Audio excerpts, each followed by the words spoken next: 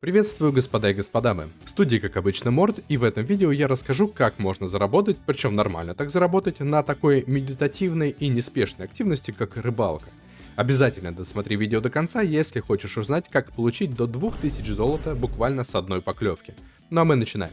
И сейчас будет небольшое вступление с базой для тех, кто не знает, как правильно рыбачить, или для тех, кто хочет довести эффективность до максимума. Если ты уже опытный рыбак, и ты уже знаешь, что нужно с этим делать, можешь смело скипать по тайм-коду, который видишь на экране. Ну а здесь сейчас прогоню немножечко, так сказать, базы. И первым делом стоит оговориться, что для рыбалки в принципе необходимо дополнение End of Dragons. Без него удочка и необходимые перки просто не будут доступны. В меню того же дополнения мы выбираем мастерки на рыбалку и обязательно качаем полностью. Каждая новая мастерка дает 20 единиц Fishing Power, что очень и очень важно. Кроме того, третья по счету строчка гласит, что показатель Fishing Power персонажа повышается на 100, если на него действуют эффекты еды. В сочетании с суши, который мы обязательно закупим перед ловлей, это будет 250 рыбной силы просто на халяву. Еще одним важным дополнением является вот эта мастерка в разделе управления скифом. Она позволяет всем членам группы или рейда получать одинаковое количество бонуса за ловлю из лунок. Этот бонус передается, как только вы становитесь на палубу к сопартийцу, и сохраняется в течение некоторого времени после того, как вы покинете скиф. Следующее, что нам нужно, это наживка и блесна. Блесна просто повышает Fishing Power, так что есть резон закупить нефритовую, потому что она дает сразу плюс 100. Покупать в донатном магазине бесконечную я особого смысла не вижу, это существенный quality of life, спору нет, но реальную выгоду начнет приносить после нескольких тысяч забросов, так что далеко не факт, что вы вообще когда-либо почувствуете от нее профит. С наживкой дела уже поинтереснее. Для задуманного нами фарма нужны определенные жучки и паучки, которых можно купить у разных торговцев в дополнение End of Dragons, либо централизованно вот в этом месте в локации Lowland Shore в начале Gentir Wilds. Скажу сразу, что для эффективного фарма нам понадобятся скорпионы и сардины, чем больше, тем лучше. А также рекомендую купить вот этих червяков, и в конце видео скажу зачем. Следующим этапом будет закупка необходимых бустов. Как я уже ранее говорил, это суши, их надо купить обязательно. Можно просто забить на аукционе слово суши и купить те, что дешевле. Никакой разницы нет, они дают одинаковый эффект. И есть еще вот такая штука, которая называется Zephyrid Fish Jerky. Скрафтить ее можно самостоятельно, либо опять же купить на аукционе.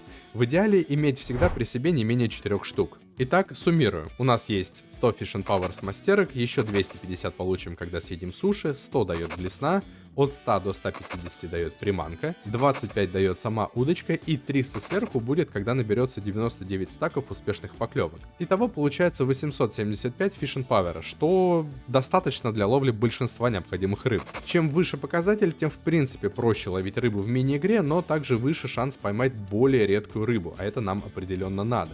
Чтобы примерно оценить свой уровень рыбной ловли, можно посмотреть на иконку в левом нижнем углу интерфейса мини-игры. Если она зеленая, значит из этой лунки можно эффективно ловить и скорее всего вы поймаете легендарную рыбу. Если она желтая, ловить все еще можно, но это сделать гораздо сложнее и сам ползунок будет сильно меньше. Если красная, то скорее всего поймать рыбу у вас в принципе не получится, неважно какой редкости, потому что просто полоска будет заполняться медленнее, чем тратится, если вы будете плохо двигать, собственно, сам ползунок. И теперь после того, как с базой покончено, мы готовы вырываться в рыболовецкий сквад. Они часто бывают в меню поиска группы в разделе с картой доменов Корна. Именно здесь расположена самая удобная локация для эффективной рыбалки. Присоединяемся к скваду и запрыгиваем на любой скиф сопартийца. Обычно в таких сквадов уже максимальное количество стаков, так что вы сразу получите бонус. Если же сквада нет, или вы по какой-то причине меняете карту, вам помогут те самые фиш-джерки, которые мы купили ранее. Когда вы нашли лунку и бросили якорь, это очень важно, можно съесть 4 куска и получить максимальное количество стаков.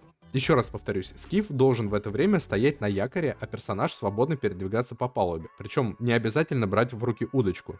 Если этого не сделать, то вы просто не получите стаки. Я акцентирую на этом внимание, потому что сам много раз так попадался и просто впустую сливал деньги. В доменах Корна мы используем в качестве наживки скорпионов, циркулируем между лунками и просто рыбачим, надеясь выловить как можно больше легендарных рыб. Их здесь 3 вида. Часть ловится в ночное время, часть в дневное. В ночное время можно переключать скорпионов на скумбрию, ну или макрель, называйте как хотите, и продолжать ловить рыбу здесь же. Однако есть опция менять локацию. То есть днем мы фармим в Корне, а по ночам улетаем в Straits of Devastation и ловим рыбу уже там, используя в качестве наживки сардины.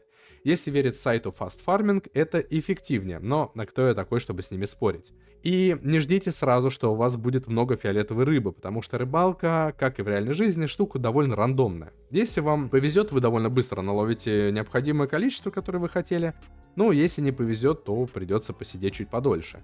Сразу говорю, что это развлечение не для всех. Если вам не нравится подобная активность, лучше придумать другие способы фарма, ну или подождать, пока я сделаю про них видео. Они будут просто чуть попозже, и там тоже будет много чего интересного. Итак, основные способы фарма и места фарма понятны. Как же на этом всем зарабатывать?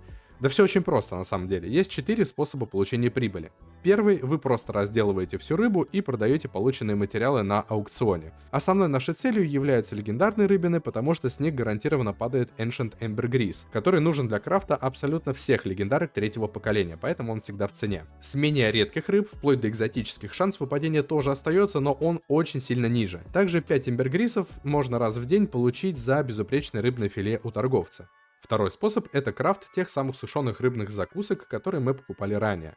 Для этого нужен прокачанный повар и рецепт, который можно купить только во время фестиваля 4 ветров. Если у вас все это есть, то вы можете крафтить закуски. Они всегда в цене, и средний профит с одной штуки, даже если вы покупаете перец, примерно 6-10 серебра, в зависимости от текущего спроса на рынке, иногда даже выше, что я считаю довольно хорошим показателем.